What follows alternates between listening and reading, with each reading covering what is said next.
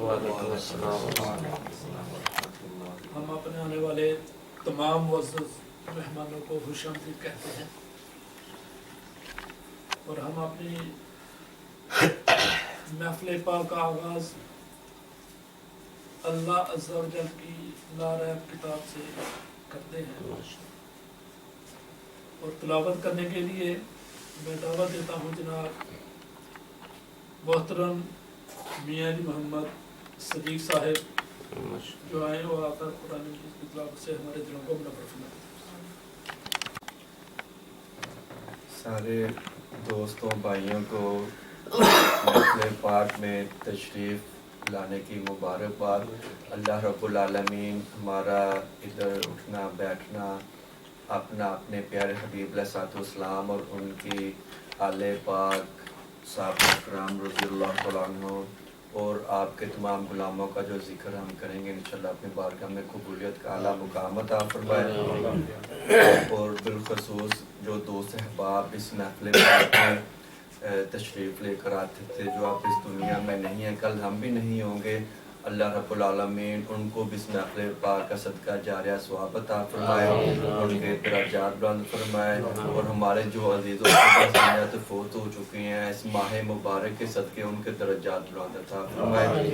ماہ رجب المرجب کی بابرکت لمحات آتے جاری ہیں اور اس کا ذکر پاک جمعرات شریف کا ذکر پاک سورہ الاسراء میں کیا گیا، اللہ رب العالمین اس کی آیات بینات کی تلاوت کا شرف حاصل کروں گا۔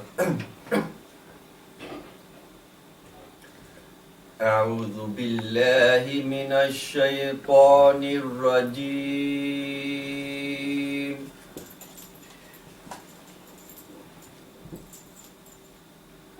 بسم اللہ الرحمن الرحیم۔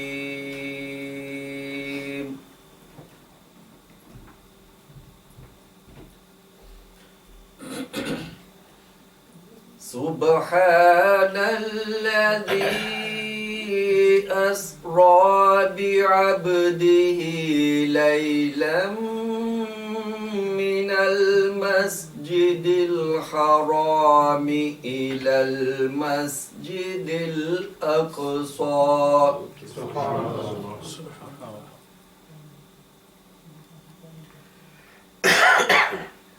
الذي باركنا حوله لنريه من آياتنا إنه هو السميع البصير۔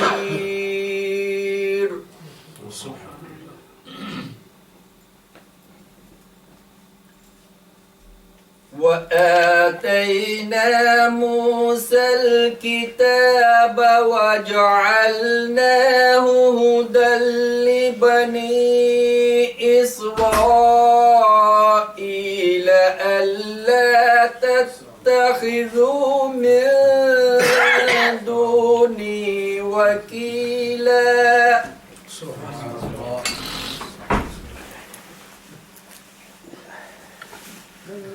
ذرية من حملنا مع نوح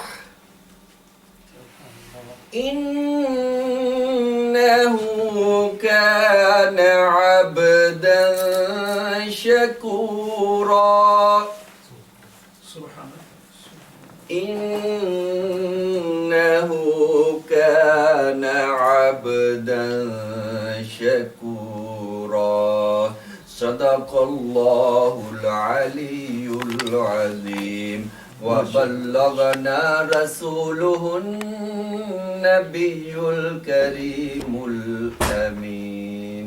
ماشاءاللہ محمد صدیق صاحب جو کہ اپنے مخصوص انداز سے ہمارے دلوں کو منور فرما رہے تھے۔ لبیک لبیک لبیک یا رسول اللہ، لبیک لبیک لبیک یا رسول اللہ، لبیک لبیک لبیک یا رسول اللہ۔ تاجدار ختم نبوت زندہ باد زندہ باد، تاجدار ختم نبوت نبوت زندہ باد زندہ باد، تاجدار ختم نبوت زندہ باد زندہ باد، سرکار کی آل پاک اور کل صحاب زندہ باد زندہ باد، سرکار کی آل پاک اور کل صحاب زندہ باد زندہ باد، سرکار کی آل پاک اور کل صحاب زندہ باد زندہ باد۔ محترم دوستو، یہ ماہانہ محفل بسلسلہ 11ویں شریف جو کہ پیران پیر حضرت شیخ عبد القادر جیلانی الحسنی والحسینی المعروف غوث پاک کی سنت کی پیروی کرتے ہوئے منعقد کی جاتی ہے، جس کا مقصد اللہ کریم کا شکر ادا کرنا ہے کہ جس نے اتنی بلند و بالا شان والا اپنا حبیب ہمارے لیے بھیجا۔ ہم اس بزم کا کسی بھی ادارے یا تنظیم سے قطعاً کوئی تعلق نہیں، البتہ جو بھی تنظیم، ادارہ یا تحریک ختم نبوت اور ناموس رسالت کے لیے میدان عمل میں رہے گی، ہم بنا کسی خوف اور ڈر اور لحاظ کے ان کی بھرپور حمایت کرتے ہیں اور انشاءاللہ عز و جل کرتے رہیں گے۔ یہ محفل پیر طریقت، رہبر شریعت، مبلغ عشق رسول، بانی 12 روزہ محفل میلاد کل پاکستان جناب حضرت پیر سرکار جی اللہ العالی آستانہ عالیہ محمدیہ قادریہ قلندریہ گلشن آباد شریف راول پنڈی کی زیر صدارت منعقد کی جاتی ہے۔ ہم اپنی ہر محفل بطور ہدیہ پیش کرتے ہیں نبی پاک صلی اللہ تعالی علیہ وآلہ وسلم، ان کے والدین کریمین طیبین طاہرین امہات المومنین اور تمام اہل و عیال، بالخصوص پنجتن پاک جو کہ سجدہ کائنات مولا علی، حضرت امام حسن، حضرت امام حسین اور ان کے اہل و عیال اور تمام صحابہ کرام، بالخصوص سیدنا ابو بکر صدیق، سیدنا عمر فاروق، سیدنا عثمان غنی اور تمام شہدائے غزوات اور چاروں امام، سیدنا امام اعظم ابو حنیفہ، سیدنا امام شافعی، سیدنا امام احمد بن حنبل، سیدنا امام مالک اور تمام اولیاء کرام، بالخصوص سیدنا شیخ عبد القادر جیلانی، ان کے والدین، اہل و عیال اور حاضرین محفل کے تمام شیوخ کو بطور ہدیہ پیش کی جاتی ہے۔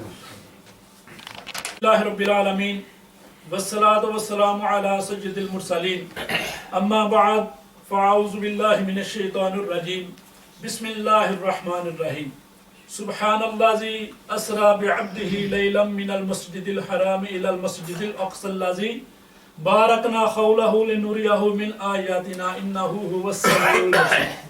صدق اللہ العظیم۔ ان اللہ وملائکتہ یصلون علی النبی یا ایہا الذین آمنوا صلوا علیہ وسلموا تسلیما۔ الصلاة والسلام علیک یا رسول اللہ وعلی آلک واصحابک یا سیدی یا حبیب اللہ۔ الصلاة والسلام علیک یا نبی اللہ وعلی آلک واصحابک یا نور اللہ۔ الصلاة والسلام علیک یا رحمة للعالمین وعلی آلک واصحابک یا خاتم النبیین۔ محترم دوستو، درود پاک پڑھنے کے بے شمار فضائل و برکات ہیں۔ حصول برکت، نزول رحمت کے لیے میں بھی چند کلمات آپ کے گوش گزار کرتا ہوں۔ درود پاک کی بہت زیادہ فضیلت ہے۔ درود پاک ایک ایسی عبادت ہے جو اللہ تعالیٰ کو بہت پسند ہے، اور اس عبادت کا انعام اللہ تعالیٰ کی ذات ہر کسی کو نہیں عطا فرماتی۔ یہ وہ خاص بندے ہوتے ہیں جن کے اوپر اللہ تعالیٰ کی یہ خاص انعام کی بارش ہوتی ہے۔ محترم دوستو، درود پاک ہم یہاں بیٹھ کر پڑھتے ہیں اور اس کو باادب بیٹھ کر پڑھنا چاہیے۔ درود پاک کے لیے ادب بہت ضروری ہے، ادب کے ساتھ درود پاک پڑھنا چاہیے۔ ہم پڑھتے تو یہاں بیٹھ کر ہیں، لیکن یہ درود پاک کی حاضری سرکار مدینہ صلی اللہ تعالی علیہ وآلہ وسلم کے دربار میں ہماری لگ رہی ہوتی ہے۔ اس لیے ہم کو چاہیے کہ درود پاک ادب کے ساتھ بیٹھ کر پڑھیں، جدھر بھی پڑھیں ادب کو ملوز ہاتھ رکھیں ضرور، اور لازمی پڑھتے بھی رہنا چاہیے۔ درود پاک کی فضیلت میں نبی پاک صلی اللہ تعالی علیہ وآلہ وسلم کے پاس 4 فرشتے تشریف لے کر آئے۔ ان میں سے حضرت اسرائیل نے عرض کی، یا رسول اللہ صلی اللہ تعالی علیہ وآلہ وسلم، جو بندہ آپ کے اوپر کثرت کے ساتھ درود پاک پڑھتا رہے گا، میں اس کی روح اس طرح قبض کروں گا جیسے میں انبیاء کرام کی روحیں قبض کرتا ہوں۔ اور حضرت اسرافیل نے عرض کی،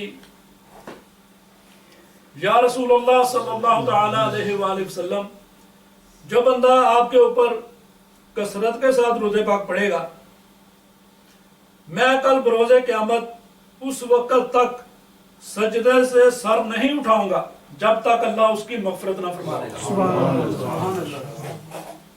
اور حضرت میکائیل نے عرض کی، یا رسول اللہ صلی اللہ تعالی علیہ وآلہ وسلم، جو بندہ آپ کے اوپر کثرت سے درود پاک پڑھتا رہے گا، میں کل بروز قیامت حوض کوثر سے اس کو اپنے ہاتھوں کے ساتھ بھر بھر کر جام پلاؤں گا۔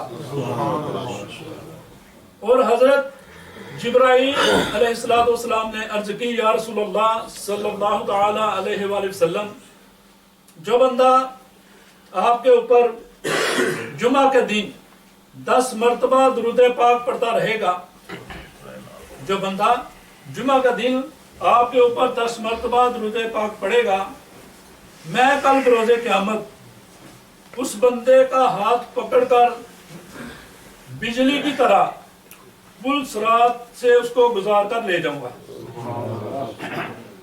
یہ اتنی زیادہ فضیلت 4 فرشتوں نے آ کر نبی پاک صلی اللہ تعالی علیہ وسلم سے عرض کی۔ حضرت آدم علیہ نبینا علیہ السلام کا جب اس دنیا فانی سے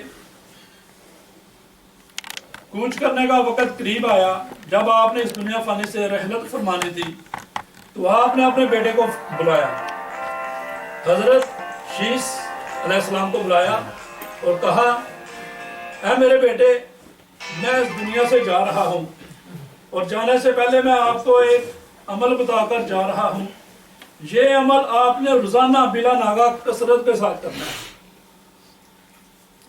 تو آپ کے بیٹے نے عرض کی، ابا جان بتائیں وہ کون سا عمل ہے؟ تو حضرت آدم علیہ نبینا علیہ السلام نے اپنے بیٹے حضرت شیس علیہ السلام کو بتایا کہ اللہ کے آخری نبی پر کثرت کے ساتھ روزانہ درود پاک پڑھتے رہنا، یہ اپنی زندگی کا معمول بنا لو۔ یہ حضرت آدم نے اپنے بیٹے کو تلقین کی۔ تو آپ کے بیٹے نے پوچھا، ابا جان یہ کون ہے جن کو میں نے درود پاک پڑھنا ہے، یہ کون ہے؟ تو حضرت آدم علیہ نبینا علیہ السلام نے عرض کی، فرمایا کہ جب میں اللہ تعالیٰ نے میرے جسم کے اندر روح پھونکی تھی تو میں نے جنت کے درختوں کے ہر پتے کے اوپر یہی لکھا دیکھا تھا، لا الہ الا اللہ محمد رسول اللہ، اور یہی اللہ کے آخری نبی ہیں۔ آپ نے ان کے اوپر کثرت کے ساتھ درود پاک پڑھتے رہنا ہے۔ یہ بہت برکت عبادت ہے۔ محترم دوستو، ہمیں بھی چاہیے کہ کثرت کے ساتھ اپنے نبی پاک صلی اللہ تعالی علیہ وآلہ وسلم کے اوپر درود پاک پڑھتے رہنا چاہیے۔ محترم دوستو، یہ مہینہ ماہ رجب المرجب کا مہینہ ہے۔ یہ بہت ہی برکت والا اور بہت ہی حرمت والا یہ مہینہ ہے۔ نبی پاک صلی اللہ تعالی علیہ وآلہ وسلم نے فرمایا کہ یہ رجب کا مہینہ یہ اللہ کا مہینہ ہے، اور شعبان کا مہینہ یہ میرا مہینہ ہے، اور رمضان کا مہینہ یہ میری امت کا مہینہ ہے۔